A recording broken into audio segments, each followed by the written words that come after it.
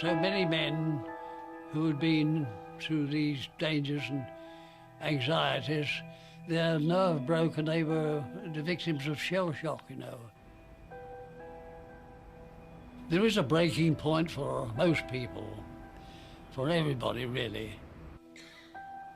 Robbed of all humanity and courage and everything else that makes life worth living, really.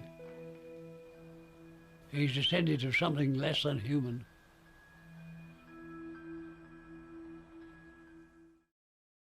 How do you feel now? Shaky inside now. What do you mean? I can't exactly explain it. Feel it more inside than I do outside. A kind of boiling feeling.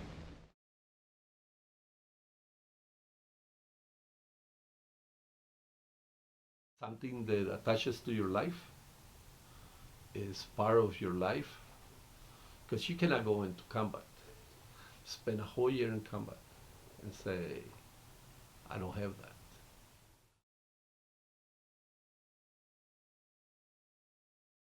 that. Mr. Chairman, I briefly wanted to discuss an amendment which I will be introducing as soon as the rule on the supplementary appropriation is fixed, which deals with an emergency situation for Gulf War veterans who are really not getting the attention and the understanding that they need in order to deal with the very serious crisis of Persian Gulf War syndrome.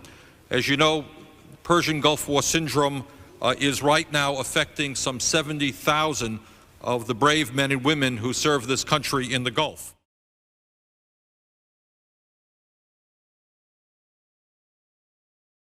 For many of today's troops and their families, the war doesn't end when they come home.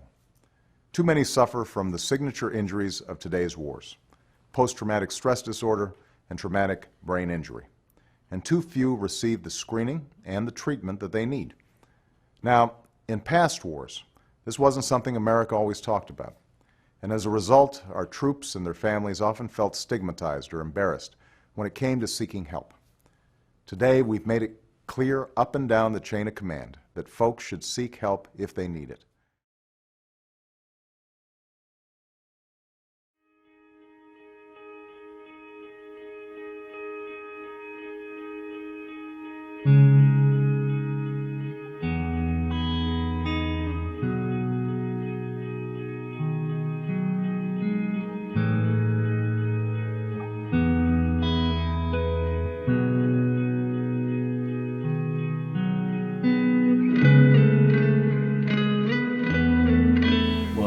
When I came in, we were basically picking up bodies. One day, very close to Christmas, you know, I almost got killed.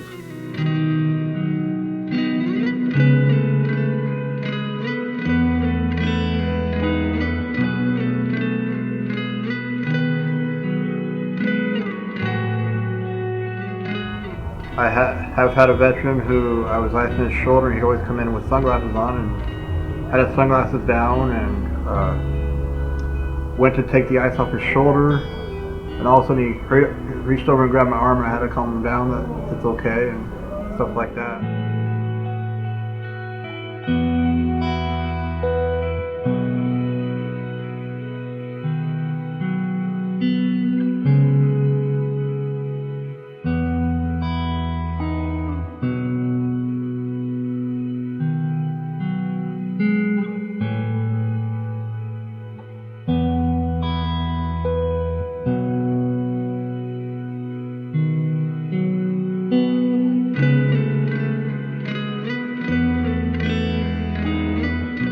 Us,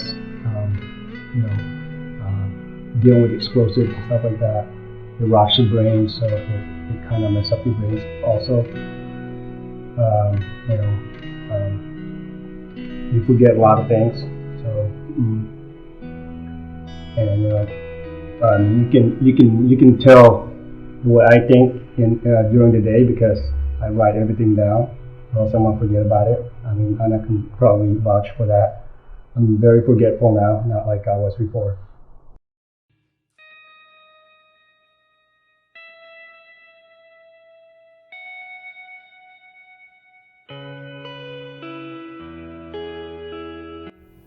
Tell us a little about yourself, your background. Well, I'm actually, let's see, I'm a retired teacher, high school teacher. I served in the Army, and I served for 2 years. I got drafted. Did my undergrad at San Diego State with emphasis in kinesiology with emphasis in athletic training. I graduated in 2000. I got certified as an athletic trainer through the National Athletic Trainers Board of Certification in 2001. Started working at Southwestern from 01 to 08. I worked at Miramar College from 2004 to 2008. In 2004, I went back and got my master's from California University of Pennsylvania in exercise science and health promotion with emphasis in injury prevention and performance enhancement. In 2008, I got a job with Cincinnati Reds to work in the minor leagues as an athletic trainer. And then I was there from 2008 to 2011. In 2012, I was hired by a contractor through the Navy to work at Camp Pendleton. In the Navy just to become a SEAL for 2 years. I went strike to go to BUDS. I got BUDS in 1995. Took about a year to do that, graduated BUDS, and my first duty station was SEAL Team 4. Second SEAL Team went to as an instructor basic underwater training. So that's when you want to become a SEAL, you go to that school. So I was an instructor there. I was with SEAL Team 5 here in the West Coast. I was also with TRADET, which trains all the SEALs and all the advanced techniques. Also, I did some special operation stuff as far as human kind of things. What was your motivation to keep going every day while you're on deployment? While I was over there, it was a family before that. Before going on deployment, my motivation is going out there and helping. Helping out my teammates. That's all we did was prepare for war, just like you guys when preparing for a race, right? And in the military, our job is to prepare for the worst. So, and that's what we're ready to do. The fact that I wanted to do something else in life, I had plans to go to college. I had plans, to form my family. It was a lot of things, but it's kind of funny because you have no say-so. You basically have no say-so, in that matter. How would you describe your treatment with the VA? Are they effective in their ways of operating? I think they're mostly effective. They're kind of slow. Just to make appointments and stuff, it kind of takes a while. And as their communication is definitely improving from what it used to be. Because I guess I've been getting treated from the VA for over 20 years. So I try to avoid them. Because I know what they're going to do, and that's just prescribing more medication. No, they didn't give you no treatment. They didn't want you there. Basically, they didn't care. When I got out, I went over there and to see if they could help me with something. No.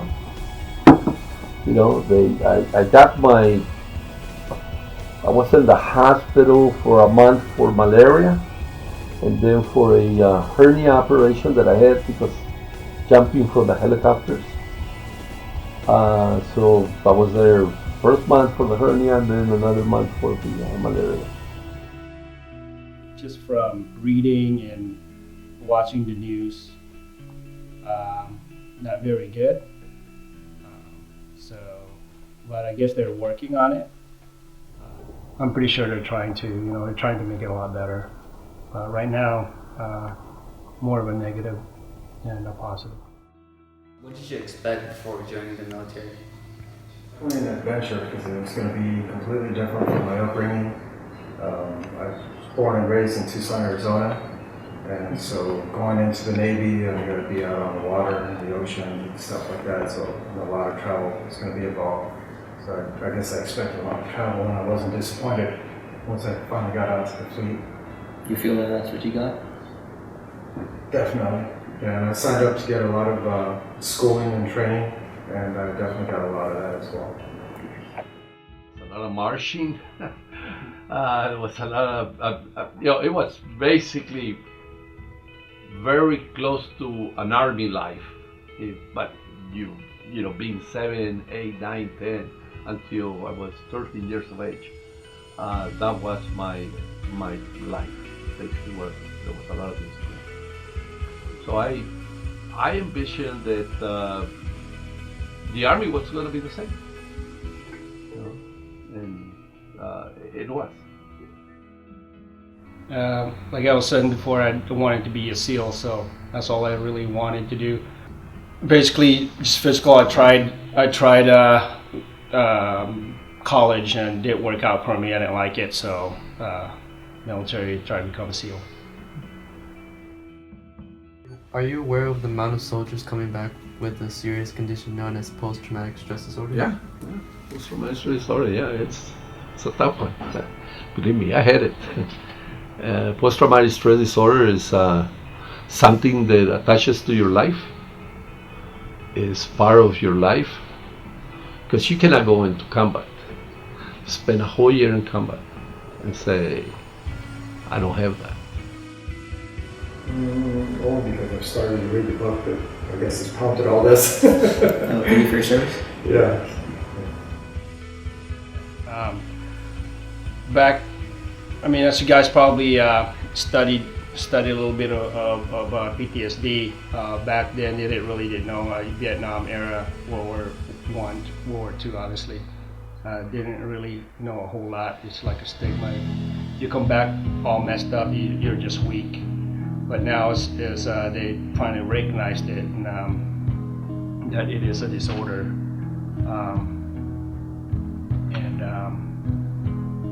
So I'm well aware of it. It's not as much as a stigma military-wide, but with us, with the special operation, it's still kind of a stigma. So how do you handle veterans and/or active duty who have severe PTSD? I had one patient, the same patient that told me that there was too many people in there. Me and him were talking one day, and he was talking to me about, Dale, have you ever been to movies? I'm like, yeah. He's like, have you ever been to a war movie? I'm like, yes, I have. He's like, well, picture that, but in real life. He's like, I was in a Humvee, and the Humvee right in front of me just got blown up by the AED. He said, 5 of my fellow Marines were blown up.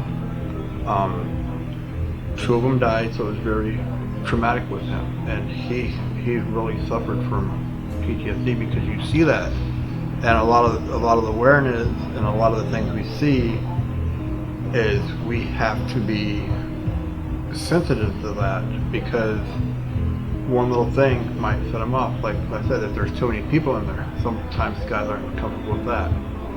You can't be making a lot of loud noises because sometimes that can trigger them. So it just all depends on what you do. But I've also had another patient who they overran, their flight line was overran, and he saw his CO and his XO get killed right in front of him because they were trying to protect all the younger Marines. I had another guy out who was out on patrol, and his first lieutenant, they were out patrolling, he takes a step, and all they found left of the first lieutenant was a piece of his flak jacket. He stepped on a landmine. So these guys see a lot of stuff. Some of them know how to deal with it, and some don't. I had one patient, she was a corpsman, and she was assigned to a Marine division, and she